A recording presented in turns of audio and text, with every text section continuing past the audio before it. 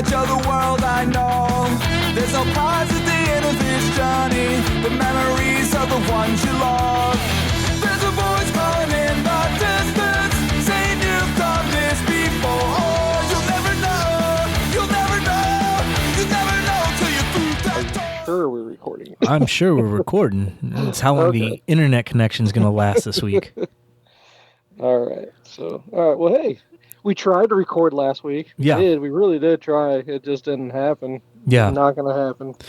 So, yeah, we had to do an online meeting earlier in the week, and we had to install WebEx, and I think that's what was causing the problems. It was causing the internet to cut in and out for some reason. So, deleted it off, tested it today. Everything seems to be working. Okay. Well, that's good. Yeah. Well, I'm glad you got it back on work. I know you were about to chuck that laptop through the window last week. Oh, I know. And it seems like for the use you want from it, it should be able to handle this. It's not like you have a ton of computing power to do what we're doing here. I don't think, at least in my opinion, but maybe I don't know as well. But. No, but it doesn't help having all the streaming devices on the internet. So yeah, I guess you're right. So, all right. Well, welcome back. Yeah. From missing a week, even though we tried. And then the previous week, heck, we were talking so long we didn't do any homework, I don't think, whatsoever. Not really, no. And then we just had another week of life go by, and it's just, I'm exhausted. I don't know if I'm going to be able to make it through this whole podcast, man. I feel you. So, anything going on in your world to share? I've got more concert drama, so I can run through the whole gamut of the last 2 weeks of concert drama. Oh, no. Just from the Blink concert that didn't happen? Well, no. It started with that. So, yeah. So, you kind of heard part of it last week as we were cutting in and out, but we were supposed to go out of town for a wedding the same day as Blink-182, and the night, 2 days before we were supposed to leave, we decided not to go. There's just other stuff going on, plus we wanted to go see the concert. Mm-hmm. So that night, I was all excited. I go online to buy tickets, and I can't find them on any of the sites. StubHub, Ticketmaster, they're all just disappeared. And I scroll a little further down, and there's a news blurb. Blink cancels Kansas City and St. Louis for illness. Yeah, I guess my question, what did he have? I don't know. Is this concerning, like as in we're going to lose him kind of thing? Or is this just he's just sick? No, he was just sick. Because I guess the night before, they were in Milwaukee, and he was struggling to make it through that show. Yeah. So yeah, I was all excited. I was ready to purchase the tickets, and half an hour before that, they canceled the show. Oh, yeah. So at least I didn't have to deal with the refund. Oh, I know, right? Yeah. So that Friday night, Madeline had a band thing. That's why we weren't leaving when we were originally going to. But it got done real early, and we had nothing going on. So I'm like, well, Kid Cudi's supposed to be in town tonight, so let me go check, see if I could find some cheap last-minute tickets for that. Okay. No, he canceled his show, too. What's up with that? Well, he got hurt at Coachella and canceled a while ago, and I just hadn't checked because I didn't think I'd going to have time to go. Oh, sure. Yeah. So then fast forward to this past Thursday, we went to Green Day and Rancid. Okay. And so Will's got soccer practice, and one of his teammates' dads is going to pick him up. His friend was actually with us, so he picked up both the boys and took them. So I'm rushing so we can get out, and they can get out, and I'm making dinner, and I hear water running, and I'm like, oh no, why is there water running? And Aaron comes in. I'm like, I'm going to go investigate this. So I go up into our bathroom. The toilet is overflowing, and the floor is just covered. Oh no. Oh, no. Oh. So I'm like, grab every towel in the house. And we mop it all up. Yeah. I go back into the kitchen. I look up at the ceiling. It looks fine. I'm like, I think I got it in time. Some of it went down the vent, but I think we're all right. Okay. And so we get it cleaned up, and our bathroom's a wreck when we leave it because of all the towels and everything. I'm like, we got to hardcore clean this tomorrow. Yeah. So we're about halfway through the concert. Will gets home from soccer practice and sends us a picture. There's watermarks in the kitchen, and just the stretch where the vent was, it looks like the water ran down the outside of the vent and just got the whole thing wet. Oh, no. So we're hoping it just dry down all right, and we're gonna just only have to repaint it. Yeah. So. Unbelievable. Yeah. What was the cause? Did you guys ever get to the root cause of why it was overflowing? It just clogged for some reason. Oh, okay. And basically just a plunger fixed it. Yep. And that was good. Yeah, I just put the plunger in and just did it once, and water just went right down. I'm like, God. Jay, I'm so sorry. I'm so sorry, man. That's the worst. Yeah. It's just the worst. It's disgusting. It just has to do with waste, and you're just like, oh man. Yeah. So gross. So the bright spot was we walked out a little bit before the encore of the show because Melon had to go, or we were all exhausted. We weren't going to want to get up in the morning. And it was already like 10:40. Mm-hmm. And so we walk back to the car, we get in, we can still hear it as we're driving away. Right as they go into the encore, but a giant storm came through. Like we got into it in the highway. I saw a video later on. They played the final song, Good Riddance, in like double time because the storm was coming in and they wanted to get everyone out safely. So Billy Joe's on stage and he's like, everyone start walking out. I'm going to play this song real fast. So oh no, he sings it at like high pitch, double speed. Yeah. In between verses, he's like, come on, everybody, keep walking. Oh no, that's awful. Yeah. Oh my God. And this was at Riverport, right? Yes. Okay. Yeah. Did you get there in time for Rancid? Yes, we did. We got there. We got there early enough that we got to see the Lindas who were opening, and they were all right. Rancid was really good, though. I was so excited to see them. Oh, nice. Yeah. And then who all was there? Who all had tickets to go see Green Day? Was it just you and the kid, or did Aaron go with you? Who all went? Yeah, Aaron went too. So Aaron, myself, and Madeline. Okay. Her birthday gift she had to wait 6 months for. Nice. Okay. Yeah. No, Green Day is a great concert. Yeah, they are. Yeah, they're a really fun concert. And for mid-50 guys that have done a lot of drugs, they still look and move pretty well. Good. Well, can I share my story though? My concert story? Sure. Yeah, it's not as entertaining as yours by any means whatsoever. But okay. So my daughter's birthday gift was Smashing Pumpkins. Okay. And they were in town last night. So last night. That's why that's why I'm dragging ass today. It was like you said, late concert. Yeah. So disappointed because we got there late. I didn't know they had a wrestling show before the show. Oh, did they really? They did. There's a ring. Now, mind you, it didn't look like a full-size ring for reasons. It just didn't look very big. Yeah. But they definitely had They had performers there, and they had a wrestling show. And I was like, of course they did. Of course they did. I forgot about it. You know? Yeah, because they show that they show that on the reality show. Yeah. And so they definitely had a wrestling show beforehand. And I was like, oh man, damn it, just didn't get to catch it. And we weren't in a rush to get into the show anyway because we had no clue who the opener was. The opener, they called themselves Paris, PVRIS. I've heard of them. I don't know much of their stuff though. I will say this: we really liked them. Actually, they were really good. It's only a 3-piece band. Yeah, and it's a female lead singer, and she's incredible. Yeah, she was really good. I actually liked a couple of songs quite a bit. And it was great. It was a great show. The weather was incredible. We lucked out big time with the weather. So, was your Blink show just the night before the Pumpkin show? The Green Day show? Or Green Day, yeah. The Green Day show right before the Pumpkin show? It was the week before. The week before, yeah. Last Thursday. Before, okay. And then I guess my follow-up question to God dang it, you went to Green Day show. Yeah. Did they open the lawn for Green Day? Yes, they did. And the difference between our two shows was it was like 90 degrees with like 90% humidity. Yeah. My shorts were a different shade of khaki because just from sitting in the lawn. So hot. Yeah. Yeah. I heard the lawn was closed for the show. Yeah, they closed the lawn because they didn't sell well. They did not sell well at all, apparently. Yeah.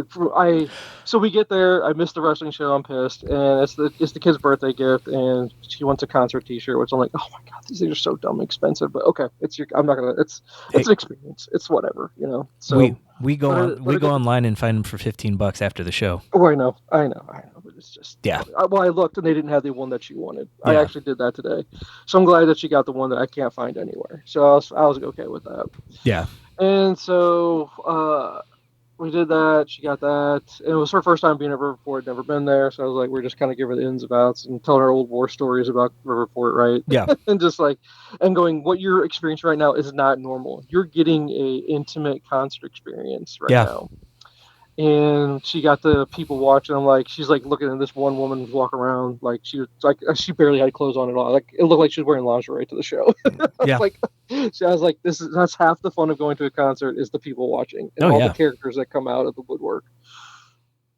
And I go, this is not. And I'd actually anteed up for premium parking because I was like, I'm too old to wait in a parking lot for a really long time. I didn't realize it hadn't sold well. Yeah. And I didn't need to do that at all. We would have gotten out there in like 10 minutes, dude.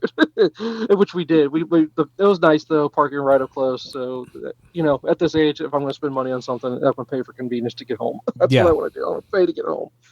And our seats were fine. They were, obviously, they were seats because that's all that was sold for the show. Yeah.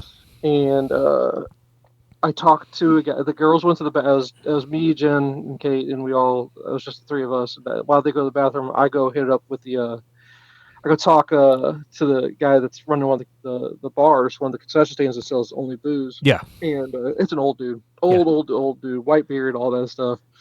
I talked to him. He's like, "Yeah, man, I just retired. I just do this to listen to free concerts, man. Just old and high, high."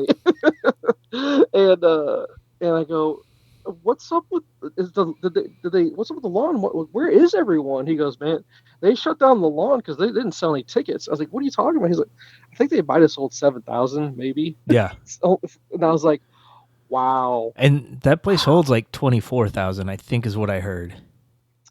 Well, does that include lawn seats? Or including lawn seats.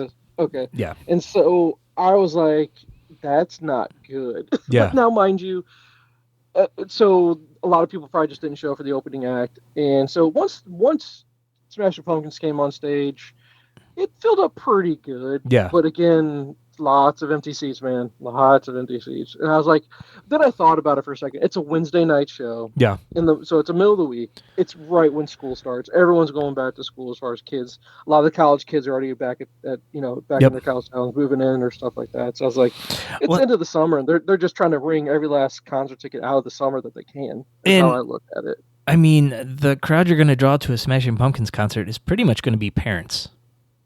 Yes. Well, no, and that's the thing.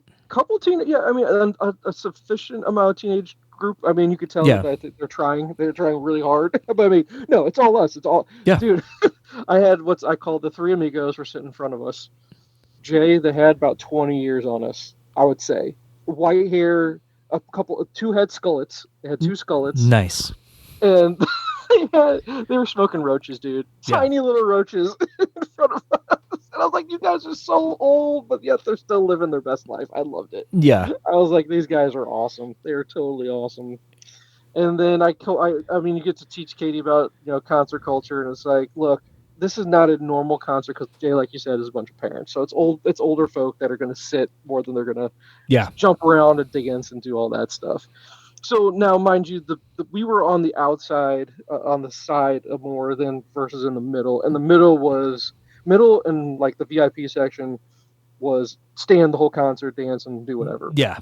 The outside, good mix of stand and sit. Really good mix, and nobody was being a dick to anybody about standing or sitting. And basically, you do like, hey, if I'm going to sit and someone's standing in front of me, no one's going to be pissed off. You can just, Jen and I had seen the Pumpkins before. It's not like we're seeing anything new. And their new stuff, some of the new stuff, anything I didn't recognize, I actually enjoyed. It was good. Yeah. It just wasn't the stuff from our youth. And he could still do it.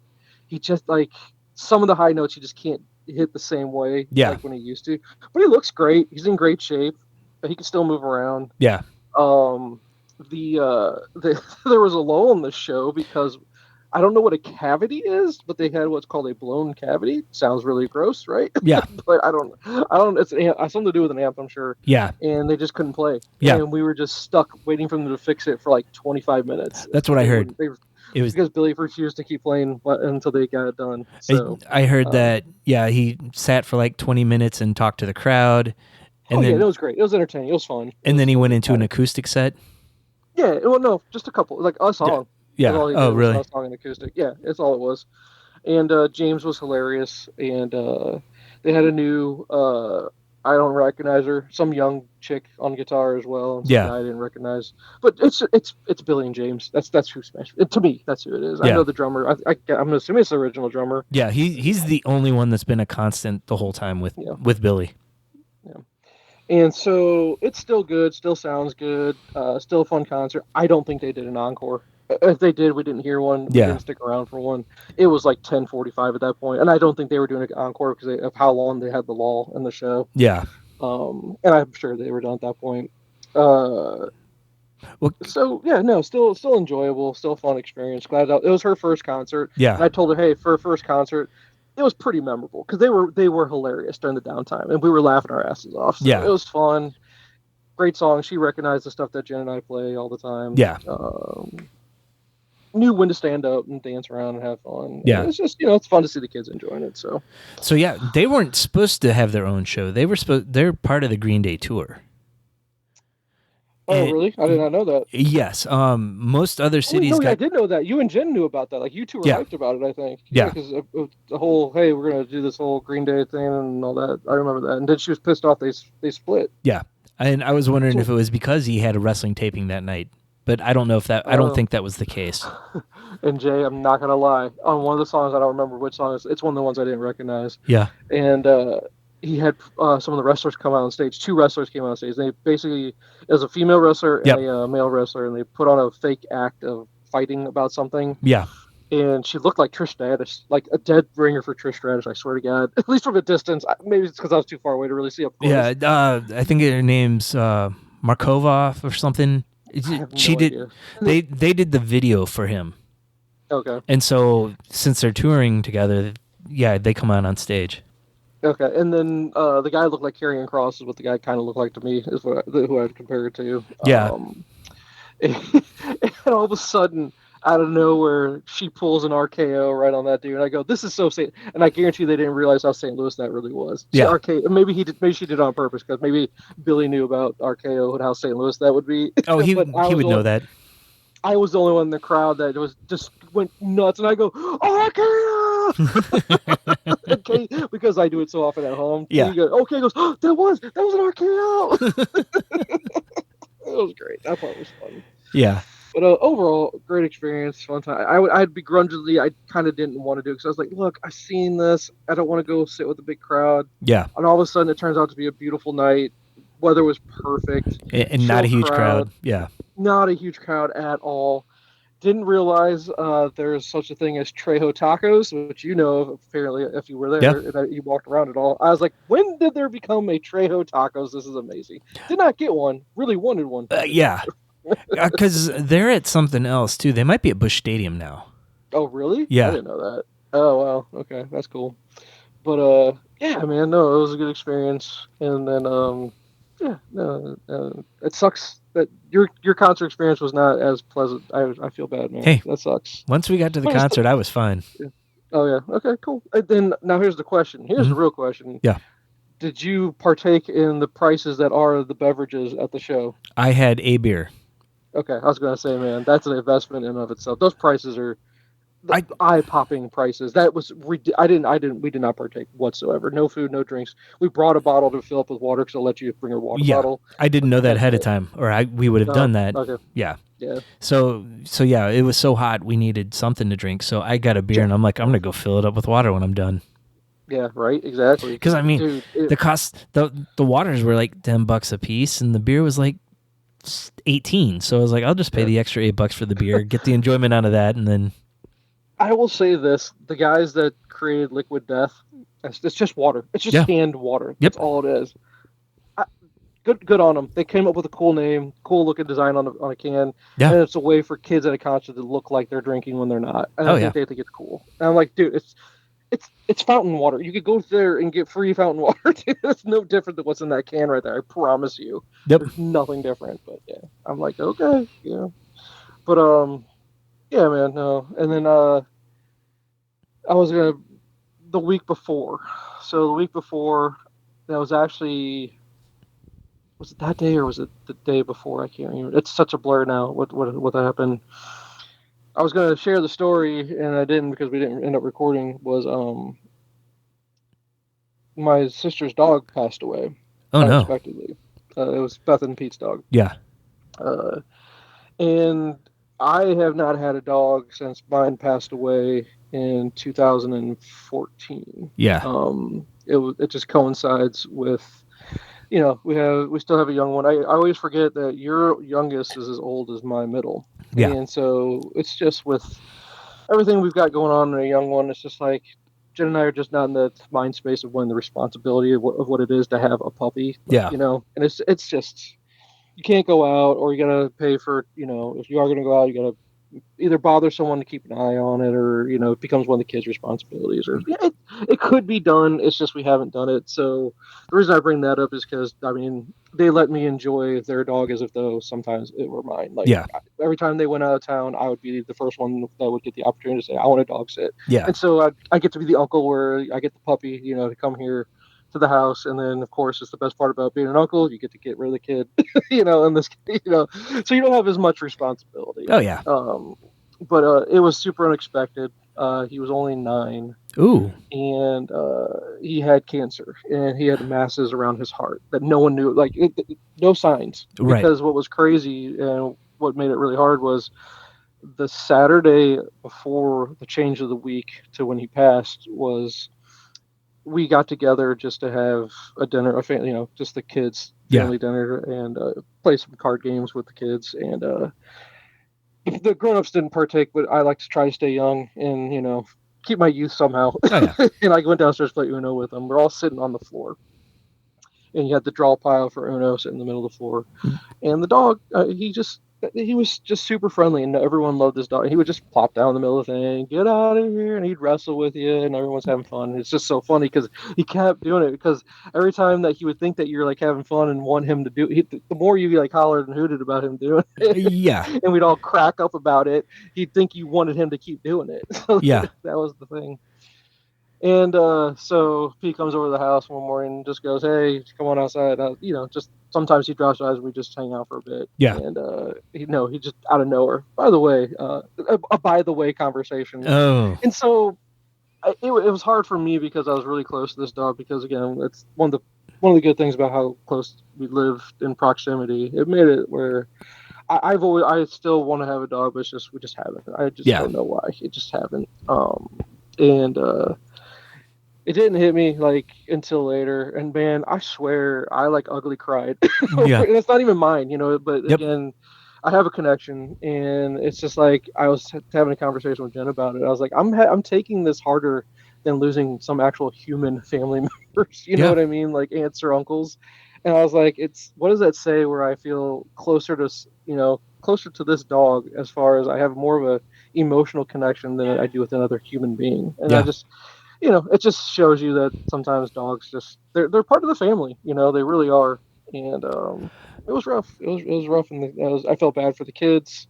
I mean, their kids are grown now, you know, but at least I consider them grown at this point. They're all legal age of 18 and over for both of them. But, they still were upset. And when they cry, it makes me kind of feel really sad. And I don't like to see my nieces and nephew cry at all. And that's just, it was rough. It was just a loss. Yeah.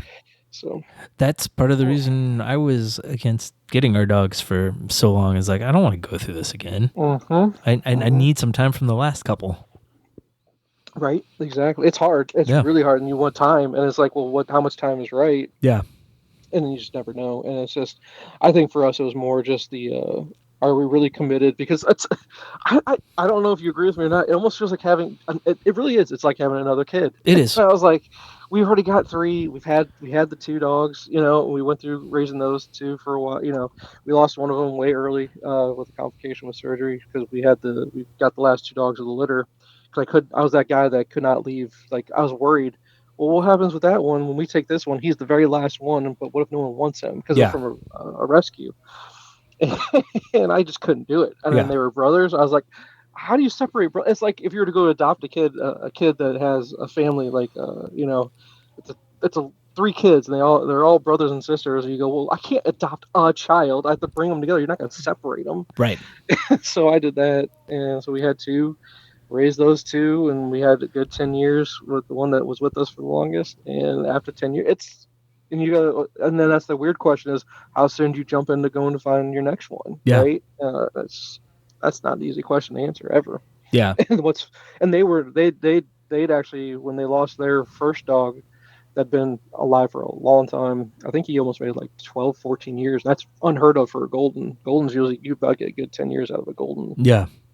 And they jumped back into it like 6 months later. And now this time around, oh man, they are like, that's going to take a long time. They're going to take their time, I think, this time around. So, but yeah, that was a sad thing. I was just kind of in a down mood. Actually, I was looking forward to recording a little bit just to kind of distract from the moment coming in. I was like, it made me laugh more than anything because we kept trying so damn hard to get forward. Oh my God, it was ridiculous. But yeah, no, that's what's been going on with us, other than kids going back to school. I'm guessing yours are already back in the swing of things as well. Yeah, they started on Monday, and it's been a long week. Yeah. Yeah. Like it feels because now here's the thing: your kids still get up at good times. My kids are my youngest, who she's the youngest of the three of them, but she sleeps in more than the other two if she can. Yeah. You know what I mean? It's just like, it's unreal. And having to go from sleeping in from 12 to 1 to 2 because she stays up till God knows when, because we can't stay up as late as her. Yeah. Because we actually have like lives. Yeah. And so you never knew when she fell asleep. And then all of a sudden she's got to wake up at 6 a.m. every day now. Oh man, this week's been rough. Yeah. Yeah. We gradually kind of started getting them back in the routine. We tried. We tried so hard. Yeah, it is. A losing battle, man. Yeah. At one point, we were just like, whatever. They can just sleep till like 8 or 9 like normal. I know, man. And that's what's so good. Like right after school got out, we were actually good for a little while. We were good. As when summer hit, we were good. They still kept the routine for a little bit, but then all of a sudden, slowly but surely, I just want to sleep in. I was like, okay, I'm not going to fight. Let them sleep. Yeah. Well, and that really messed with our schedule because we get up super early. When they're in school, like we can be in bed at like 8:30, 9 o'clock and asleep. Right? No. I will tell you this. Jay, my wife got home because she went to the concert last night. Yeah. And then she had to turn around and get back to work today. She left the house at 7 because she has to drop the kids off at school first.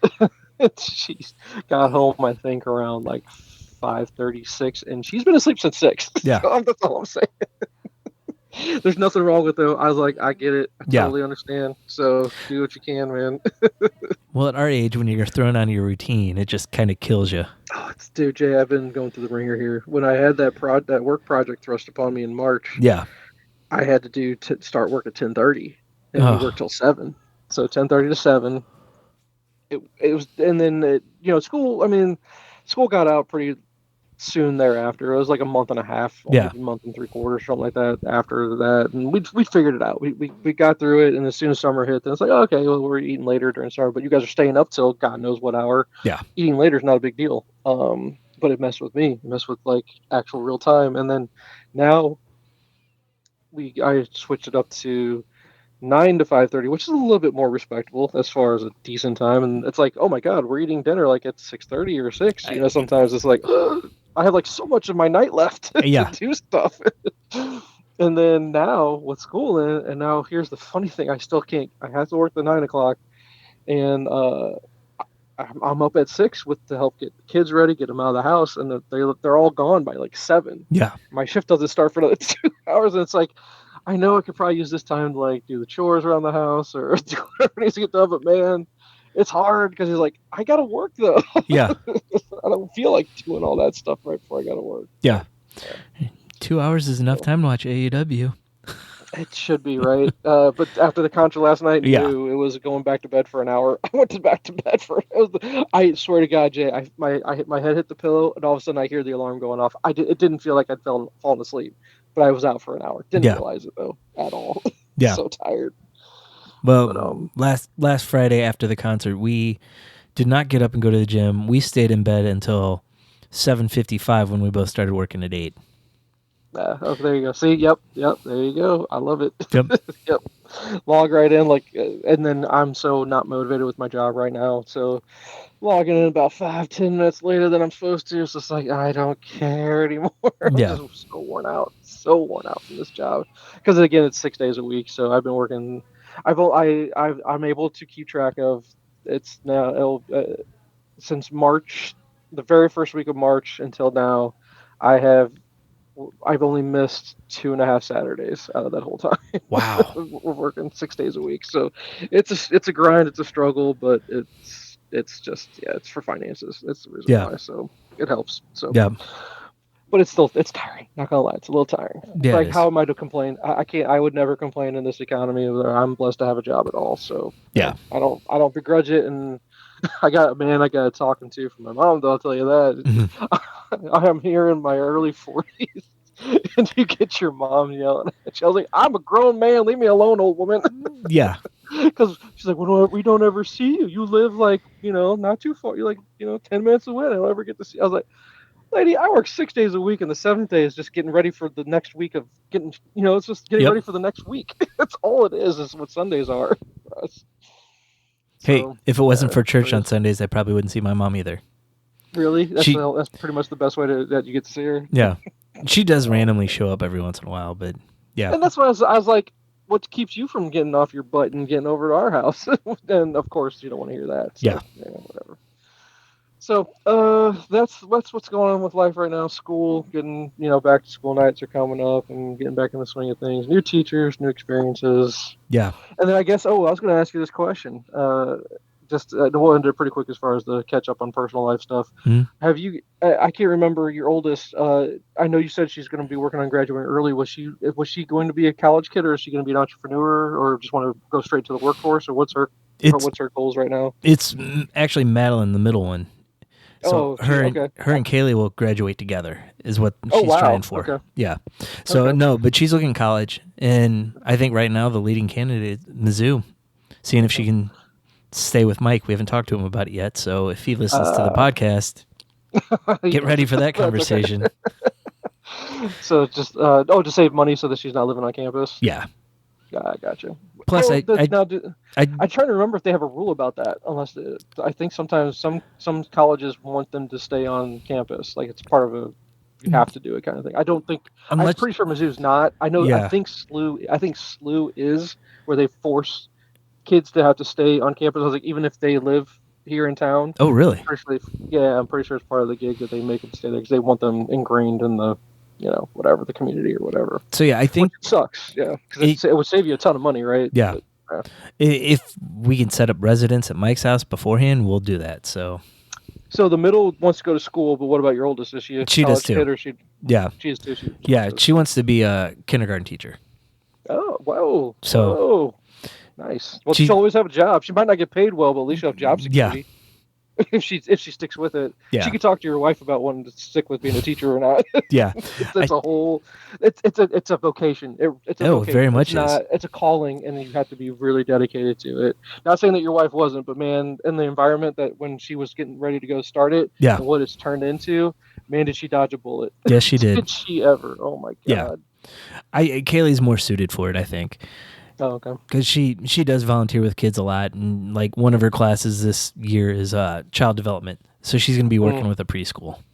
Oh, okay. Wow. Yeah. So that's good. That's something. Again, what's so funny is I know at one point you were a Ramsey guy, and I've kind of weaned off it a little bit because it's the same shit. You don't listen to the same shit all over and over. But I'll tell you, his biggest thing is who are the ones that make good money as far as over a long period of time. Those teachers, man, somehow they do it. Yeah, they just because I think they learn to live off of so little. And as they get older, their money becomes more, but they've become accustomed to so little that they're like, well, I'll just keep saving it. I'll just save and save and save, and it works out really well for them. Well, and there's still one of the few places that get a pension too, so that's helpful for the long run. Oh yeah, absolutely. So, no, good on it. It's just the reason I brought it up was because I didn't know if you guys are going through the process we're kind of going through right now, which is to go. We're not wanting you to decide what you want to be or do, or if you're going to go to college or not. But if you are going to go to college, we need to decide what's your radius, where are you willing to go, versus where you're going to go is whoever gives you the most money as far as scholarships. Yeah. But like, even if they give you money for scholarship, are you willing to go 8 hours, 9, 10 hours away? Stuff like that. And we need to start planning ahead so that when it's time to go for visits, when are those visits and how can we arrange that to,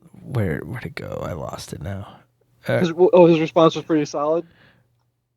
Oh, I do apologize. I typed the wrong title. You can see below. You won Movie and Comics Podcast of the Year. It's an Indian restaurant, so all they do is try to hook people for this stuff by just changing all the titles. It's the same letter, but just change the other stuff. Yep. Indian restaurant. Jay, we did it. We came. Hey, for the apartment back in the day with all the curry. There you go. It was meant to be. It was. It was meant to be because of all the curry coming through the walls. Yep. Oh my God, it made me laugh. It really did. Yeah. I'm surprised you kept the email and remembered it. I thought you would have deleted it by now. I did because we hadn't mentioned it. I guess the last time we talked. Yeah. No, I figured it would come up at some point, so I hung on to it. Okay, so the thing I wanted to talk about most. Okay. Because I didn't know that maybe you didn't realize that this is what this looked like. I thought we talked about Absolute Batman and the Absolute line at DC because it's basically their version of Ultimate. Right. What it is.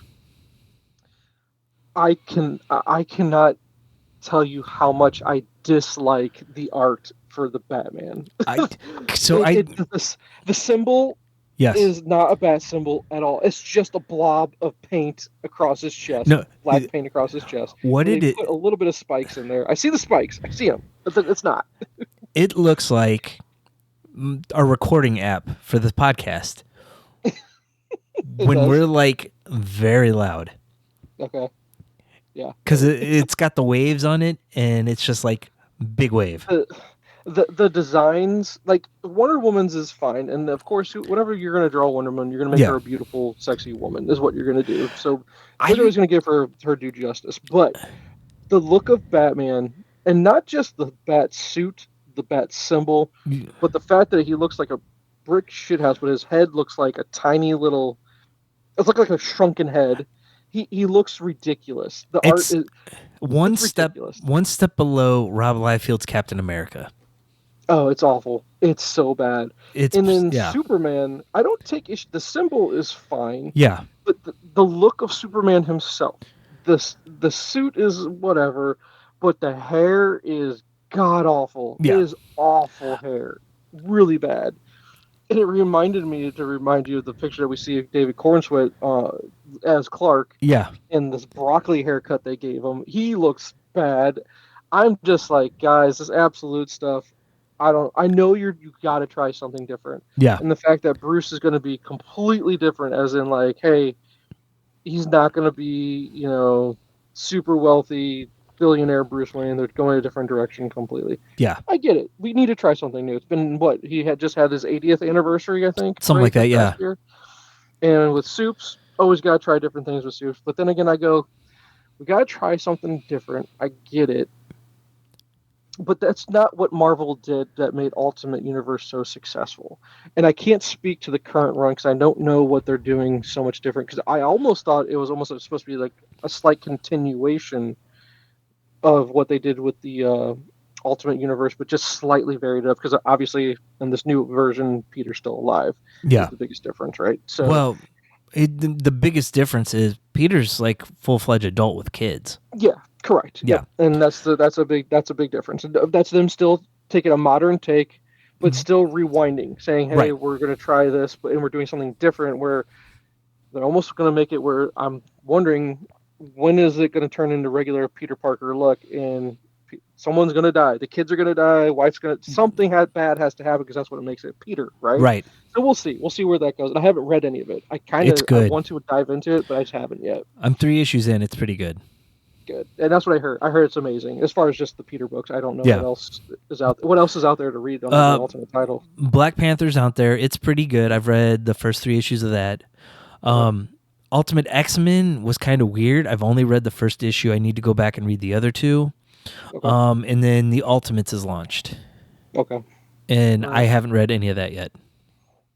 So I'll get around to it at some point. Just hasn't been on the radar just yet. Yeah. But don't let my critique of the look of all this. I'm just not happy with it because here, like for example, and I'll get to more of it when we talk about homework. But there was a Harley Quinn book that was part of my reading list, and I will try to find it here. Bear with me one second. All right. Go back to my reading history because I want to give you the name of the artist, because the name of the book was Harley Quinn No Good Deed. Okay. And I'm trying to take a look at it. So let's see if I can see who the artist was. Oh, darn it. It's not going to blow up, is it? I'm going to have to pull it up off of Amazon. Stephanie Phillips was the writer. Okay. But I'm trying to read who. It was maybe Riley Rossmo. Oh, darn it, man. Hold on. Harley Quinn. No Good Deed. And the reason I'm bringing this up Riley Rossmo. Yeah, Riley Rossmo. And Gene Ha is a name I know. Yes. Gene Ha, his work is fine. Yeah. Riley Rossmo, the artwork was so bad and so poor, it took me out of the story completely. I hate that. I did not care. It's as if though they found a middle schooler and wanted to give that middle schooler a shot at making actual comic books that are mainstream. Yeah. Are supposed to be pulling in sales. Which again, hell, Michael Turner, Jim Lee, they were middle school kids at one point, and they, I'm sure maybe their art wasn't as refined as it eventually turned into once they were full-fledged adults, right? But this is a full-fledged adult that's supposed to be giving us books that we're reading, and if the art's so bad, because I heard that about the Tim Drake book. What part of it wasn't just the story, it was the art too. That was just, it could take you out of a book completely. Yes, I was not a fan of the art of that. Another one that I can think of that was like that, I believe it's Larry Stroman. He did some X-Force stuff during the Peter David run, and man, that just took me out of it to the point I almost dropped the book. Yeah, and that's part of a good story is a must, but the good art is what makes a good book a great book, in my opinion, if you have really good art. And sometimes the art makes it go, oh, the writing wasn't so strong, but man, it's beautiful to look at, and it's fun to look at, and you're like, I can appreciate what I'm holding here in my hand. But man, that book was so bad that I couldn't read it, Jay. I put it down. I couldn't do it. And so my fear is with this Superman and with this new Absolute Batman, I'm afraid the art's going to take me out of it. Yeah. Even if because Scott Snyder, I'm a Scott Snyder fan. I like pretty much most of his work. A little bit of death metal was hard to get through at certain points. And hopefully it'd be nice. I know he likes to lean into his horror background and his love for horror. But man, it'd be nice to see a return to his early work from the original 50, the New 52. Yeah. To see him go back to a little bit of that as far as the writing. And then I don't even remember who's on the Superman book, but man, we'll see. I know they're the Trinity. I don't really. Wonder Woman's just not a character I don't follow very much. Yeah, me neither. And I think I'm only going to pick up the Batman book, and if the art really takes me out of it, I'm probably not going to stick with it because I really don't. No, you won't pick up just Batman. You'll pick up the Flash book too because it's Lamar. Oh, yeah, that's true. I will do that. But I just I'm not a fan. I'm glad we were able to give our opinions about this because we're getting leaks, more and more leaks about what this absolute world is. Yeah. And God, Batman looks bad. It looks so bad. Yeah. As part of the art, maybe the writing will make up for it, and maybe they'll. I can't believe they're not listening to people yet. And I know they've already got it produced and held. The guy they've got on the art side of things, maybe because I don't even know who is the artist for it. I don't know. My concern is, do they already have like 6 issues ready to roll? Like it's already been done. It's Nick. Who is it? Is it Nick? Now, here's the funny thing. If it's Nick, who I think it is, of course it's doing something. Stop it. Is it Nick? So Nick Dragato. His work is actually good. I've seen other books by this guy. Okay. I think it's just the design of Batman I don't like. I really don't. Yeah. But maybe it'll grow on me. Maybe I'll change my opinion once we get into the book itself. Maybe I don't know. Maybe it'll fit the character. And the suit is just super huge and looks super big because he's going to be, they're trying to say, hey, it needs to look like this so he has more protection. Because, of course, the beating he would take from actual people, maybe they're trying to ground it a little bit more and give him more armor this way. Yeah, but, I mean, they have him built like Nia Jax. They do. Well, he looks like Bane. He looks like Bane. Almost, yeah. On it. I mean, his legs are just ridiculously big in this cover of #1. Yeah, no, I agree. absolutely agree. And the head's too small for the proportion of the body. Oh yeah. But again, now you take him out of the suit, of course, it's going to look right. And I think it's strictly the suit. But if they draw him like this, and they're just drawing Bruce to look like a linebacker, or no, not like a linebacker, but like an offensive lineman almost. Yeah. A fit offensive lineman. What is going on, man? Yeah. It just doesn't look right. But we'll see. We'll see. I'm going to withhold. I had to withhold judgment. I'm also going to look up Absolute Superman artist. So yeah, I hope. My concern is that with the if there's enough fan backlash that they don't like the art, how quick would they try to say we're going to redesign already? Yeah. Or if they do a redesign, what was the point? I don't know. Yeah. And then it looks like, it's Rafa Sandoval. So that's a name we all know. Yeah. As far as who's doing it, and Jason Aaron's doing the writing. I mean, the cover number one looks good. Okay. I'm trying to think of what it reminds me of. There was another Superman title. It had a cover that kind of reminded me of this, but I can't think of what it is now. So when are these books going to hit? When are Absolute Ones going to hit? I think October. Are they all at the same time? Yeah. Or are they coming out? Okay. Yeah, October, November, and beyond is what this article says. Well, I just want to make sure I get number ones for these. Yeah. Just to have kind of thing, just as a collector. And I agree. It's just the hair that bothers me more than anything. The cover, I love the look of him walking through, tall wheat or tall grass. And the funny thing I remember about this was that when I was reading up about it a little bit, it's the first time, because I believe Jason Aaron actually is from either Kansas or the Kansas City area. I don't know if he's from Kansas. I think he might be from the Kansas side. I think so. And he's like, I'm the first person from Kansas actually writing about a guy from Kansas. Yeah. Something like that. And I was like, that's pretty cool, actually. So, yeah. So, I don't know if you can see the Wonder Woman cover, but she's got like Hennet tribal tattoos on her arm. I'll pull it up. Absolute Wonder Woman art. The cover's her like riding some kind of death-looking Pegasus over a city, but you can see this Roman Reigns-looking tribal tattoo on her. Is she going to be our chief, our tribal chief? Yeah, maybe. She's going to challenge Roman in solo. Yeah. And she's even got the arm wrap. Yeah. Oh, my goodness. But, yeah, again, new stuff. Yeah. I like the fact that you got Jason Aaron on it. You got Scott. Who's writing Wonder Woman? Kelly Thompson. Okay. So we'll see. Yeah. We will see. Hey, we're getting new books. I think DC's killing it on the book side of things. I really do. Yeah, I mean, I've started reading Absolute Power, and it's pretty good.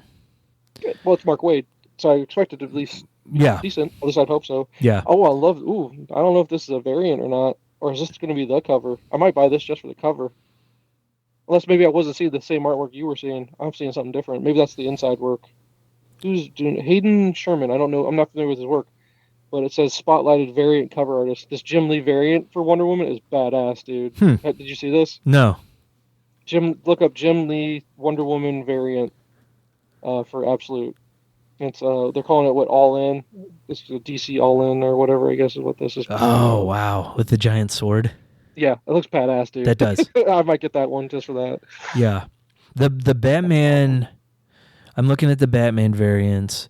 The Wes Craig and Mike Spicer one is probably my favorite. Let me see. Absolute. Mitch Gerard's does one. It looks funky, like it's actual armor. Ian Bertram does one, and Batman looks huge in it. The Wes Craig Mike Spicer one looks more like Dark Knight Returns Batman. Yeah. Come on now. Waiting for this thing to load. Let's see if I can get this one load faster.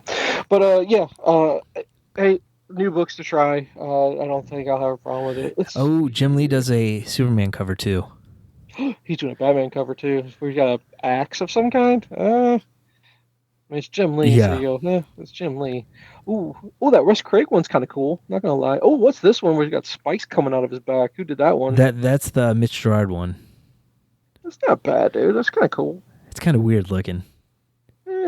But it matches a Scott Snyder book, is what it is. Yeah. How did Snyder not get Capullo to do at least one variant or something like that? Yeah. What's Capullo up to these days? Yeah. The Superman covers are pretty cool. I'm not gonna lie, they're making Wonder Woman. I mean, damn, she looks sleek on this one. That was pretty cool too. I can't see who did it. Left. Oh, Jeff Deckel. Yes. That one's badass. She looks wonderful in that one. Yeah. Oh, this got to be Jim. Oh, the Jim Lee Superman. Did you see it? Yes. Oh. Except for that S. But they're just. How is she gonna make it different? Yeah. I agree with you. The S is awful. I agree. Totally awful. Yeah. But damn, could you imagine having that much God-given talent to make art like that? How awesome would your life be? Oh, it's just so cool. Well, I'd be making comic books. Well, yeah, I know, right? But although, at first glance, and scroll by it really quick, the Jim Lee variant cover. Who's the first name that comes to mind? It's not Jim Lee. Who's the first name that you really think of if you didn't know Jim Lee did it? Oh. I don't know. No, you don't see it? No. Oh, I totally see it. It's JR, man. It's John Romita Jr. I can see that a little bit see now. It in the face? Yeah. It's in the face. That's how I see it. I'm almost wondering, did he have JR do it? Do this the face for him? And he took care of the rest? I mean, a guy of his caliber could intentionally mimic his style, Yeah, mimic someone else's style, absolutely. Absolutely they could. Are you a JR guy or do you hate him? I thought you weren't a fan of his artwork. He's hit or miss. It depends on what he's doing. Yeah. Correct. Like Kick-Ass, it totally works for Kick-Ass. I actually like his work on Wolverine. Enemy of the State. Yeah. I thought it was amazing artwork for that. I like his Spider-Man. You're right. And his Spider-Man too. Yeah. Yeah. I agree. I do like his Spider-Man too.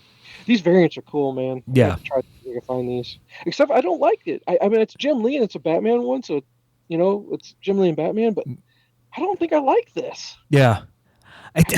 None of the Batman are all that great, especially compared to what we're getting on a regular basis as it is. Yeah. No, you're right. Man, these Supermans I like a lot, actually. I don't like the one where he's doing the Superman, or the, superhero, the Wes Craig superhero landing one where he's punching through the ground. Yeah. Damn, that Jim Lee one I like a lot. And I do like this Wonder Woman one. It's badass, dude. That's a badass Wonder Woman right there. So... Yeah, I'm probably going to cave and get number ones of all of them, but only pick up Batman on a regular basis. Yeah, I totally agree with that. I just wanted to share my thoughts on that Batman logo because it's utter garbage. Yeah. This is a bad Batman. I get you're trying to go maybe for the Dark Knight logo a little bit there, but man, that is not good. Not good. No, not at all. So, all right, that was my big one topic we discussed. I can't believe we went that long on just saying how we hate a Batman. So ridiculous. So let's do this with what time it is. Let's do homework so we can make sure we get homework done. Okay. I know you probably got some things backed up there for a while that you want to share with. So yeah, but real quick, I do have two quick things to touch on. Oh, sure. First off, Todd Phillips announced the Hulk Hogan biopic with Chris Hemsworth is dead. Yes, it's dead. I saw that today. He said, "Not for me." The quote was, "Not for me, brother." Yeah. I was like, "Oh man." Well, were you looking forward to it? I was. Just see Chris Hemsworth as Hulk Hogan would have been cool. Even if my image of him is completely tarnished now. Yeah, he's lived long enough to become. You don't want to. It's like one of those things. You don't want to meet your hero kind of thing. Yes. Which, as I get older, the more I appreciate Macho Man way more than Hulk Hogan. Macho Man was so good on the mic. Oh my god, he's the best. Watching all these old Macho Man with Mean Gene, it's just the best. They are. They work so well together, man. Yeah, I don't care. I don't think too much. I'm not upset that we didn't get it.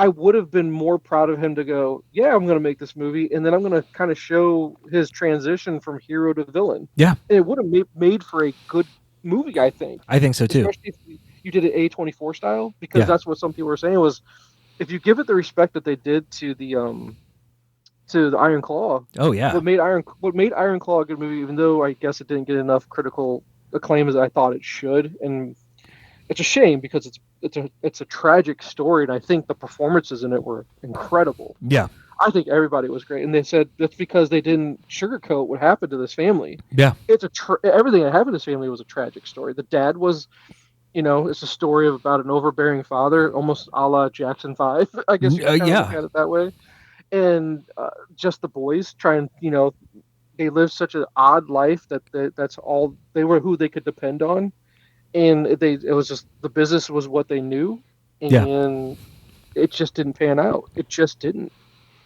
Yeah. But yeah, no, I'm not. I think it could have been done well, and it would have been cool to see who they're going to get to play Vince. For wrestling fans, we could have seen how Hulk just he owned his character for the most part. He screwed other guys over because he wouldn't put other guys over. Yeah. So yeah, man, it's a shame that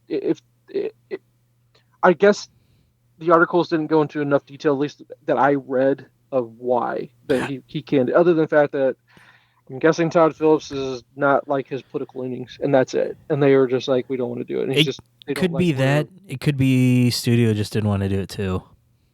Possibly, yeah, possibly. And they just maybe they thought that Iron Claw didn't do well enough, kind of thing. So why do we need another kind of wrestling biopic? Although I don't know if you read the same thread I did today in regards to it. Someone said, "God, we need to get an Eddie Guerrero movie, though." Oh, and I was like, yeah. And then they're like, "Well, you get Pedro to play him," and they're like, "Pedro's in his 50s, and Eddie died when he was 38." Yeah. but so I'm sorry, and I know it makes me feel really stupid, but is Dom Eddie's kid? No. Okay, then why did it say that on the thread that Dom is Eddie's kid? So is Dominic Mysterio actually Dominic's kid, or yes, Rey Mysterio's in real life? That was a storyline when he was little. Okay. Who was the dad? Oh. And I think they actually had a paternity test on a pole match for custody of Dom. No, they did not. Yes. That's hilarious. Yes. So that's been the big joke, that they're going to repeat this storyline with Liv and Rhea. Oh, who's someone's going to be pregnant or something? No. Who gets the rights to Dom? Who gets the rights to Dom? Because after a match, no, she's moved on. She's done with that dude now. That's what makes it funny. I don't know. That would have been hilarious. That would have been genius to do that. Oh yeah. Oh, they missed out on a good opportunity, man. They did, but it's played out pretty well. Yeah. Okay. Yeah. Well, that's the only good thing going in the women's division, if you ask me. Their feud is the only good thing going. Yeah. But okay. Yeah, and that was the thread. I was like, I knew you would have loved that. Yeah. Do an Eddie Guerrero story. Yeah. But the problem being, they would never do it because it involves too much of Chris Benoit, and they'll never do anything with Chris Benoit. Yeah. Although maybe another 10 years down the line, they might consider it, because that, for as tragic as it is, that's an interesting story. Yeah. And the thing is, Chris Benoit, from all accounts, apparently he was loved by those guys. Oh, yeah. He was a wrestler, and guys loved him. Yep. And something just had to snap. Either he had a mental snap, that this was a CTE. Yep, CTE. Whatever. Did they verify that that's exactly what the reason was? He had CTE and he just went crazy? Yeah, I want to say that they tested his brain after he passed, and he had the brain of an 80-year-old person. Okay. And then something just happened. Yeah. And, well, one of his finishers was the headbutt from the top rope. Yeah. And over and over and over. Right? Yeah. Yeah. I totally get it. Yeah. I just don't know. I think an Eddie Guerrero movie would be great. I just don't know how they pull it off without getting the backlash of fans and maybe even the Benoit. Not the Benoit family. I don't want to call them that because they don't want to be associated with that name, I'm sure. But the on the mom side, they might have a lot of issue with it. But then maybe if they did it right and gave it respect, and why not pay homage or give the kid and the wife, just some screen time, and this movie's dedicated to them or something along those lines, because their story is important, because it's an important thing for people to realize about. Well, and there's a lot to it too, because Nancy Benoit was with Kevin Sullivan, who was the booker at WCW when Chris Benoit was there. Mm-hmm. And which, speaking of, he passed. Yes. Yeah. But that's just crazy, how everything went down, how they got together, and then all the tragedy that happened after they got together. So yeah, no, it's a crazy story. But again, with Guerrero, it's not, that's not his story, but it's an important part of it. So I don't want it to turn into a Benoit movie by any means. Yeah. But that's when someone said that you're not going to do a Benoit movie, a big reason would be because of that. And I go, I don't think that's a reason not to greenlight a project, but okay. I'm willing to hear the argument, but you have to be very careful with it. Sure. Yep. No, hear you. So the other thing would be Disney announced the Acolytes canceled. They're not going to do season 2. And we can talk about this more next week because I think this goes into a bigger conversation about what people want from Star Wars.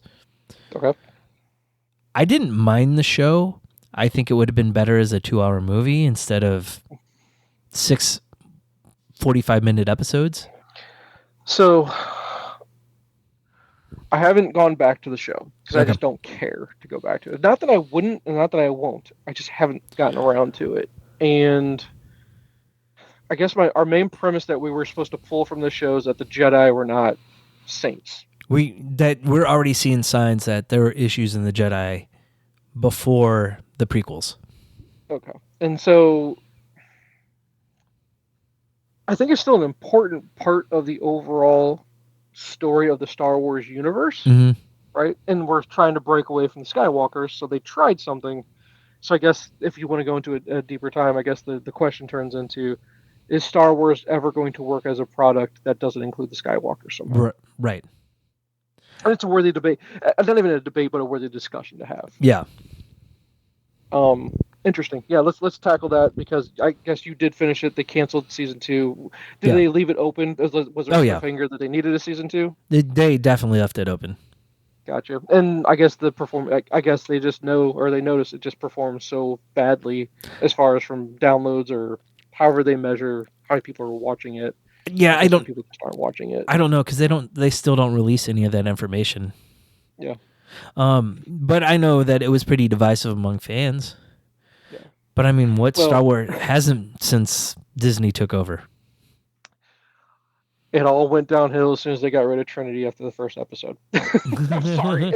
She was so badass, dude. She was amazing. Well, and you're going to promote her as like the star of the show, and then you kill her in the first 10 minutes. I know. In the first 10 minutes, Jay, you're not lying. I was so confused in that episode because I'm like, I thought Carrie-Anne Moss was a big part of this. She's a big name, and she's awesome, and we got to see her return to Trinity form with her kung fu powers. And, it's like, oh, this is awesome. There were flashbacks and stuff, but it's not the same. Yeah, it's not the same as her helping carry the show because she has the gravitas to do so. But still, they just said, no, we're gonna go ahead and let's just go ahead and get rid of her. Yeah. What are you talking about? Anyway, anywho, all right. No, good call. And yes, let's do that. If I can get around to it, maybe I'll try to. Okay. Maybe I'll try to finish it. I don't know. All right. I will, but I think I should for discussion purposes. But that's going to be hard to get through. I'm sorry. It's just going to be. Yeah. Did you actually look forward to watching it and getting through the 45 minutes of it? Some of the episodes I did. Yeah. Okay. There were some good episodes in there. They laid an Easter egg that I was pretty excited for. So. Okay. All right. No. All right. So something that's a good discussion to have. Remind me that we talked about it, that we can remember to actually go through with the discussion because it'll be a worthy one to have. I think. Yeah. So, okay. All right. Let's run through homework. As far as your homework. All right. What you got? Kingdom of the Planet of the Apes. I need to get to it. I haven't gotten to it yet. It's good. It is? Okay. Yeah. How do you feel about this whole franchise that they've been doing since they kind of did it with the Millie Bobby Brown character, I guess? No. The whole... She was in the Godzilla stuff. This was the... Yeah, that's what I mean. Well, that's part of that universe, though, right? No. Oh, it's completely separate? Yes, it is. Really? Yeah. Okay, so how does this connect? What movies does this put together? So, I mean, this Godzilla versus Kong, right? No. Planet of the Apes. Like the James Franco. Kingdom. Oh, Jay, I thought you said the Godzilla versus Kong. No. What you said. You said Kingdom of the Planet. I'm so sorry. I misheard you. I don't know why that's on my brain. I was like, I didn't know these were connected. It's on my brain because I'm looking at my Netflix stuff, and one of the columns I'm on is Godzilla -1. Gotcha. That's why. Okay, right. I'm sorry. Go ahead. Kingdom of the Planet. Okay, this connects. This is after Caesar, because Caesar is a confined trilogy, and this is now. Did they mention Caesar at all? Yes, very much so. Okay. Oh, really? Good. So this is more in line with the originals, where the apes kind of rule the planet. Okay. And humans are just kind of sporadic throughout it. Okay. And quick question: what's it streaming on? Or did you get it from the library, or did you get it? I think it's on Max. It's on something for free. Is it? Maybe Hulu. Hulu. Okay, cool. I'll watch it probably. Yeah. Tomorrow or Saturday. I will definitely watch that movie. Hell yeah. I've been waiting for it. It's really good. It sets up a new trilogy, and it's like, I don't know, 100, 200 years after the last movie. Okay. And appropriate for my littlest to watch because she loved the first trilogy. Oh, yeah. Okay, cool. Awesome. Will went and saw it in the theaters and kept talking about having to have me watch it. Yeah, I'm sure. Okay, I'm excited now because I was looking forward to it. I'm glad you're giving it a thumbs up here. But what was so 100 a couple in the distant future a little bit, but not too far separated from the Caesar timeline. Right. More towards that. Okay. Yeah. So what made it kind of stand out as a good movie? Just there's still the human ape conflict, but there was also a lot of ape conflict. Interesting. It's gotten far enough away where you get the tribalism of different groups of apes like we have with humans. Mm-hmm. So seeing the parallels of the ape universe versus what we go through. Did you hate the Franco movie? Oh no, I've enjoyed. I like that one. I've enjoyed all of them. Okay, and then I loved how it kind of went from origin story, which I liked. Mm-hmm. War. Was it War or was it what was the one Dawn? Was it? I think it was War and then Dawn. Okay, whichever one's the second one, that was more like you said, like Civil War of Ape, right? Yeah. Or for control, or how we're going to be as a society of ape. Yeah. And then the third one brought in the human element again, and I like the fact that they're kind of going back and forth. Now you went from human element, ape centric. Bring back the human element. Now you're going back ape-centric. That's pretty cool. I like the bouncing back and forth. I like it. Yeah. Who's doing the mocap for this then? Because if they're not having Circus do it. Because I don't really know. I don't even remember the apes' names at this point because it's all new characters. Because since it's set so far past the last one. One of them is Kevin Durant, who played the Blob in X-Men Origins Wolverine. Yeah. Okay. I think he's the leader of them. I thought I told you about it. Because did you get around to watching Abigail? I have not. Okay, he's in that. Okay. Just to mention that. So yeah, he's busy. Yeah. All right. So all right, next movie, Family Affair. It's Efron and Nicole Kidman. I've scrolled past it so many times, dude. That was the wife's pick. So okay, how was it? It wasn't bad for a romantic comedy. It was a little outside the normal formula, so I like that. But it's Efron wanting to get with Kidman, right? Yes, and that's a big age gap. Well, Kidman's an odd age gap. Nicole, he's an action movie star in the big superhero franchise. Okay, and his assistant is Nicole Kidman's daughter. Yeah, and she hates him. Yeah, I know the premise of it. I just go, it's a weird thing, and I know Kidman's. She's still gorgeous to me. But she's got to be pushing their 60s at this point. Oh yeah, and it's just Efron. Even though what's sad though is Efron actually is probably in his mid 30s. Maybe even exactly. Maybe even hit 40 at some point. He looks great. He's hilarious. I enjoy him. I just think it's odd that they match those two up. It's just weird. It's just weird to me. But I looked it up. Enjoyable enough, I guess. I looked it up during the movie. He's like 35, 36. Okay. So I mean, it's not like it's not May June by any means, but it's just that's not the term. What's the term I'm thinking of? No, I think that's May, right. December. It's something like that. May December or something like that. I think it's what's called, but regardless. Yeah. Sorry, I digress. Yeah. So okay, that's okay. Solid enough. Nothing. Okay, gotcha. Watch The Instigators. Matt Damon and Casey Affleck. It's on the radar, man. How was it? Oh, it was good. Yeah. I said they have the same interactions as Damon and Ben Affleck. Okay, cool. So I really enjoyed that one. The whole family watched it and everyone liked it. So what's the premise? Matt Damon is a former soldier that is looking for money to pay off back due child support so he can see his son. Okay. And he takes a crime job. Okay. Yeah. Oh, that sounds good. No, it's on the radar. Aware of it. just need to get around to it. Yeah, it's Damon and Doug Liman again, who did most of the Bourne movies. Nice. Yeah. Well, now all the action. Can you actually see any of the action? Yes, you can. Okay, good. Yeah. That's my only gripe about the Bourne movies. The action just sometimes the camera's too close. Gotta give it some space so we can see what's happening. All right, so then I shifted to a bunch of TV stuff. I watched the newest season of Cobra Kai. Okay, how was that? Isn't that supposed to be the last one too? No, I don't think so, because they only did like 5 episodes. Oh wow! I got to the end of it, and I'm like, it's over? Oh, there's another like half season coming out, I think. Okay. It is what it is at this point. Mm-hmm. So I think they're trying to wring that rag. Just every last drop out of that rag is kind of how I kind of. Well, I think what they'll do is another 5 episodes, second half of the season, and then it goes into a new movie with Ralph Macchio and Jackie Chan. Oh, okay, nice. So Jackie Chan's going to do another movie? Yeah, he still does them occasionally. No, he's not in it yet. Okay, but he did that. He did the remake with Will Smith's kid. Yeah, I'm aware. That's why I was wondering. That's kind of. I understand the connection that way too, but I was like, huh, interesting. But, yeah. All right. Finished Batman Caped Crusader. I enjoyed it. Okay. It's not the original, but for what it was, I enjoyed it. Yeah, it's not the original. And if I can interject, because it's on Amazon, it's an animated show.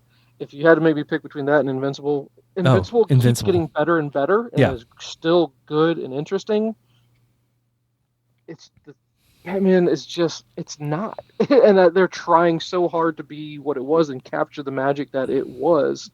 And I don't think they're doing it. It's not happening. And I think what we need to do is just be thankful for that we got the animated series and let it be. Yeah. But I don't know. Nah. Just my opinion. I haven't gotten to the point where I've watched enough of the show to agree with this gripe that I read online. But someone's gripe was, this is not a Batman show. This is a Barbara Gordon and Montoya show. Yeah, there's a lot of them in it.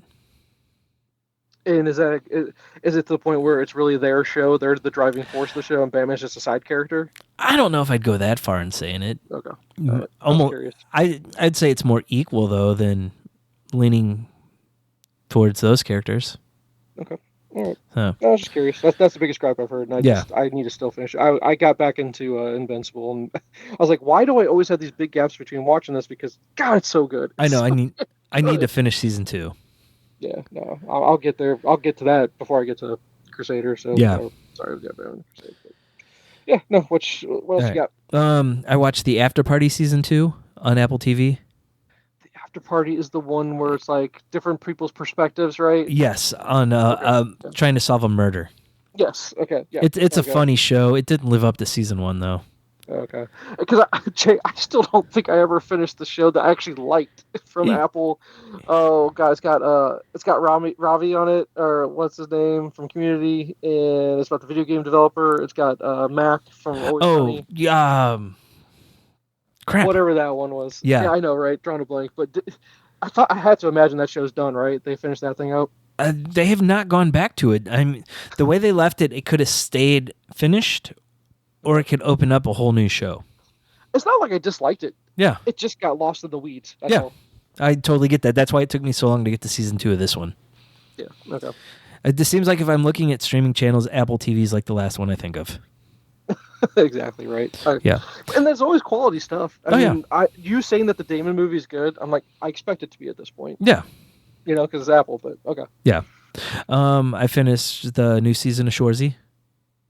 Finally. God, it's so good. So good, right? Yeah. So good. Yeah. Oh, the way they left it open, so good. It's just that show's not just dick and fart jokes, man. Right. It's not. It's deeper than that, and you wouldn't expect it from that, and it's just so damn good. Yeah, it is. It's so good.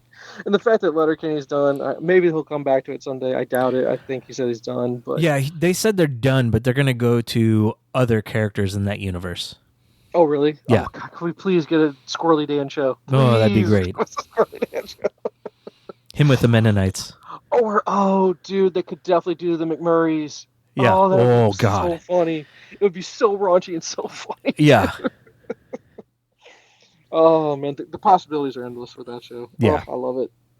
Or you could do the Hockey Bros. You could do a Hockey Bros show. Yeah. Whatever their names are. Casey and Jonesy, right? Yeah. Yeah. All right. Riley and Jonesy. I'm glad you liked it. Riley and Jonesy. Sorry, Riley and Jonesy. Yeah, incredible show. So funny. So funny. And just so hard. Just so heartfelt, you know? Yeah. He always finds a way to contribute. Always. Yeah. Right. We've been watching that Build America show on Hulu. There's a bunch of different ones. We've watched The Food That Built America. Oh yeah, okay. I remember those shows. And then we're on the Toys That Built America right now. Oh, they're all so good. Yeah. They're entertaining, especially since like it's half drama, half like people being interviewed about what was going on at the time. Yeah. So interesting stuff to learn. Okay. And then I've read quite a few things.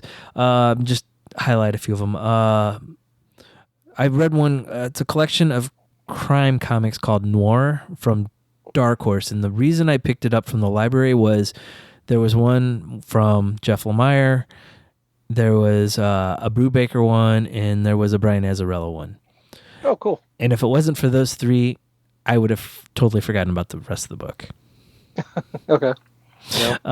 So it was pretty forgettable, even with their stories in it, because they really don't tie to anything else we've seen. Okay. But just those guys can just write amazing crime stories. Yeah.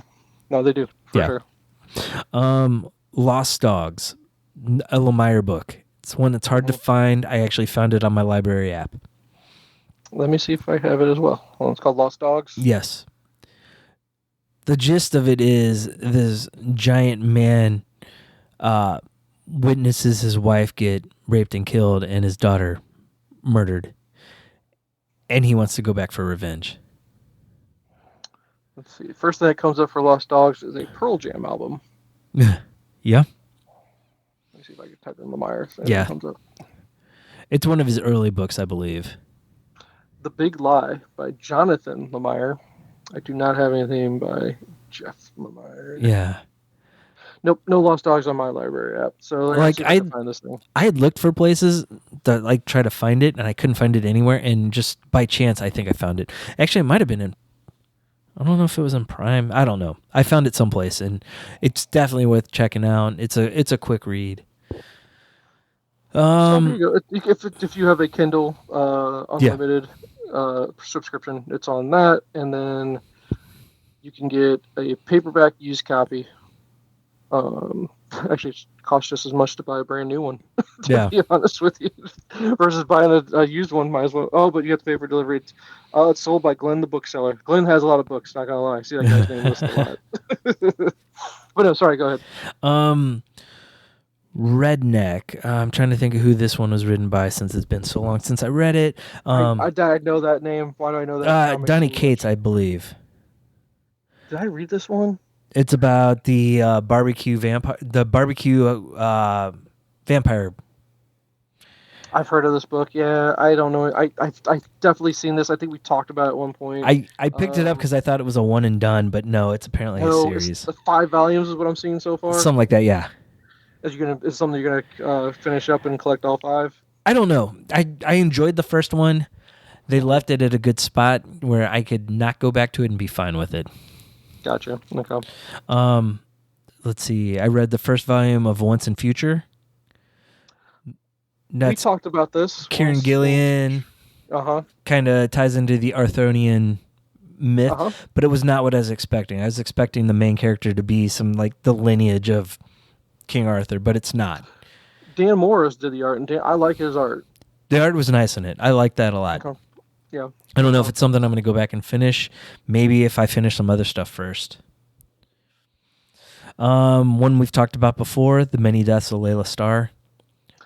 Don't tell me stop. Okay. Because I was trying to get it done today so you and I could talk about it. Yeah. But you had me read War Grid or Grid War or whatever it was, which I would have preferred you told me to read Laila first. Oh, yeah. Did that one. Well, it's so damn good, Jay. It is. Laila, I'm not done yet, and I love that book right now. It's really good. I picked up a brand new copy at a store because I was out and I saw it, and I'm like, I just need to buy it. So it's really, really good so far. Yeah. Really good. That is it Ram V or Ram V? I don't know how to pronounce it. Whatever it is, it's really good. He's a really good writer. He is. I'm enjoying it. And yes, I can get Once in Future, Volume 1, The King is Undead. Is there more than one volume out right now? I think so. I don't know how many, though. Because I do see that I could get issue 26. That leads me to believe there's at least 3 volumes of that book. Probably 4. If not way more. Yeah, probably 4. But I can only get Volume 1. Yeah. I cannot get more than that. But that's okay. That's okay. I read the newest volume of House of Slaughter, the Something is Killing the Children offshoot book. Yeah, you're in that universe, dude. You're down. I am. I think you're on the hook for all of that, no matter what they do with that thing. At this point, I probably am. This was probably my least favorite chapter of it. The House of Slaughter books deal more with people that are in the bigger organization rather than the Something That's Killing the Children cast. Mm-hmm. So it's an interesting look. This one just didn't connect. And then I finished up with starting Absolute Power, and I'm almost done with Fall of X, which I'm actually reading physical books now because I picked up the Fall of the House of X and Rise of the Powers of 10 because I feel like it's a bookend to the Hickman stuff from the beginning. Yeah. So I'm reading the physical books of those. I think I have like 5 more issues before I'm done with everything X-Men from Krakoa era. Is that what the Hickman books are? Are they considered the beginning of the Krakoa era? Yeah. Okay, that's what I figured. Yeah. I was curious. So I've been actually picking up the first books of all the new series just to see which ones I'm going to want to read when I finish this. Okay. There's just so much. Let me do this. Okay. Let me give you my review real quick because I do need to get running here. Was it War Grid or Grid War? What was it called? All right, Grid Wars. Wars. It was a free book I got from the creators. They did a Kickstarter. Somehow I got connected with them, and they included me on the first tier of their book. Did you send them money? No. Oh, wow. No, that was just free promotion for them. So. Oh, gotcha. Okay. So I'll tag them in this. I love the art. Yes. It's an interesting concept. Yeah. I think they did enough to say I'd be interested in a second volume to kind of see where this world is going a little bit because I would like to learn a little bit more how this all works and where things are going. Yeah. I almost think that they almost left a little bit too much detail out. Unless they're just trying to hook you to try to, let's say, we can fill in the gaps and answer some questions if you decide to continue to make the book. Yeah, I would agree with that. Nothing wrong with it. Not something I'm like pining for, saying, "Oh my God, this is one of the most amazing books ever." But again, it wasn't Laila Starr. It just wasn't. Not many are. Well, that's my question. Now, was Laila just one volume? That's it, or is there like one and done? Okay. 5 issues. I love it. Yes. Wish there was more. Yeah. So yeah, Grid Wars. It's the story of like a post-apocalyptic future where a death-like football game is like a main source of entertainment. Yeah. And one of the regions is looking for a new quarterback, so they frame a potential replacement for the guy that just had his head ripped off. Yeah, I saw. Yeah, that's pretty cool. So, yeah. Again, if I want to give them their dues. This was a 15-year work, according to the end of the book, where the guy says this has been in the works for 15 years. The fact that this was a passion project for him, kudos to him to get it done. Yeah, it was good enough. It was good enough, and I'm not trying to belittle it by saying, I wish I would have read Laila. I apologize for saying it that way. Maybe it's too cruel. Yeah, but Laila is just an amazing work, and I would even think that the writer of this would go, "Yeah, dude, that book's amazing." Yeah, and I think if this is his first comic book ever that he's ever written, even though I think he's written for other mediums. Yeah. This is it's a decent first try at it. Oh yeah, I would agree. His name is Brian Rousso. Mm-hmm. I'd be in for issue 2. Yeah, or chapter 2. I think he's doing it by chapters. So yeah, we'll see how it goes. We'll see. Yeah, if it comes out, I'll read it. It was a quick read. It didn't take long at all to get through it. I didn't know what to expect when I got it because the cover of it looked like Judge Dredd. Yeah, exactly. I agree. Yeah, and maybe they'll play into that a little bit more. Yeah, but really, I think it's just the football game. Oh yeah, that they do. But we'll see. I mean, since NFL Super Pro, have we had many sports themed superheroes? Exactly right. Yeah. No. But let me do this real quick because I do need to get running. I'm going to do this real quick. Bone Tomahawk. garbage. Don't know if you've seen it or not. Kurt Russell hated it. Thought it was awful. It was Western horror.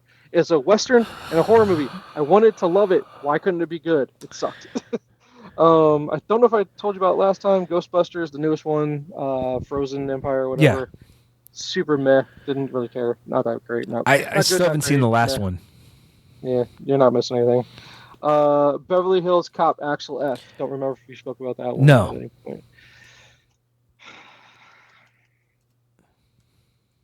Just, I like to imagine a world where we just had the first two Beverly Hills Cop and we don't have any more. This one wasn't horrible, but we don't need it, and I'm happy with this. I'm just happy with the first two. Right. The only thing, if they were going to lean into the nostalgia of Beverly Hills Cop, Rosewood wasn't in it enough at all, and they didn't lean into. I don't remember his name in the movie. I think. Oh yes, I do remember his name. His name is Surge. If you remember the Surge character by Bronson Pinchot, yes. Or how you pronounce his name? Oh yes. Of course they have him in the movie, but Jay, if I'm going to get a Beverly Hills Cop movie that's based on nostalgia, I want as much Surge as humanly possible. Yeah. They didn't give it to me. I love that character. I think he's and the first appearance of Surge is a comedic genius moment in 80s comedy. Oh, yeah. I love Surge. They just didn't lean into it enough. Yeah. And then, to be honest with you, one of my hidden, I don't want to call it a hidden gem, and it had potential to be really good, and it just didn't hit, it didn't land, didn't hit the landing right. Yeah. But man, American Assassin, I don't know if you watched it or not. I've not. It has Michael Keaton in it. Yeah. Seeing an unhinged Michael Keaton is amazing. Yeah. He's really good in it. And the whole time I'm watching the movie, this Dylan, I think his name's Dylan O'Brien, right? Yeah. I think he's the main character. Yes. I've not done the Maze Runner movies or books. I want to read the books, but I just haven't done them. Yeah. The whole time I'm watching him, I was like, oh, that's Peter Parker. He's Peter Parker, dude. He embodies him incredibly well. Like, yeah. We'll see. He could have done it. I think he could have pulled off Peter Parker, to be honest with you. That's interesting you mentioned that, because I've been seeing a lot of Michael Keaton clips pop up, and one of them was Tom Holland talking about filming with Michael Keaton in the scene towards the end where he's like, "Why did you save me?" And he goes, "I'm Spider-Man." Michael Keaton in one of the takes goes, "Well, I'm Batman." Yeah, I think I saw that on the internet this week. Yeah, I think I see that. So, yeah, no, it's good. It's good, and it's like, yeah, oh hey, Vulture's with Spider-Man again. It's just not that Spider-Man. Yeah, he could easily be a in the multiverse as one of the Peters. Now, mind you, he's still not better than Garfield. Garfield's still my favorite in regards to that. I will not give him the nod over that. But if they put him in the role, I wouldn't mind it. The Dylan O'Brien kid. So, yeah. I think I've watched more, but I don't remember what it is I watched, so I have to go do a better job of recording. And then I have a ton of books to go over. I don't think you read the one I advised you to read. It's the one that Batman Urban Legend, but it's got a Starsky's book in there. Okay. It was super good. And did you read Joker? Is that the Brian Azzarello Joker? Nope. No. Oh, okay. No. Tynion. Yeah. No, I've not read that yet. Okay. It's still your homework. We still need to discuss. Okay. Interested in your take on that one. So okay. I'll leave you at that, and I'll do a better job recording what I watched. I do have a ton of books to go over, but I do have to run. Okay. All right, man. Until next time. Right. See you. See you. Right. Thanks for listening. Follow us on social media at Nyrdcast. It's NYRDCAST, and at our website, nerdcast.com. Be sure to rate and review the podcast on iTunes, Spotify, or wherever you listen to your podcasts. This week's featured song is Never Promised Tomorrow from St. Louis's own Modern Angst.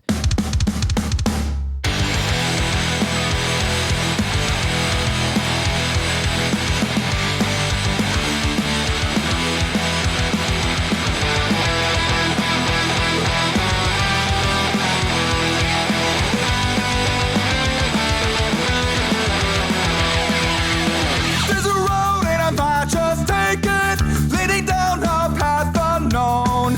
There's a sign that says don't you stop yet.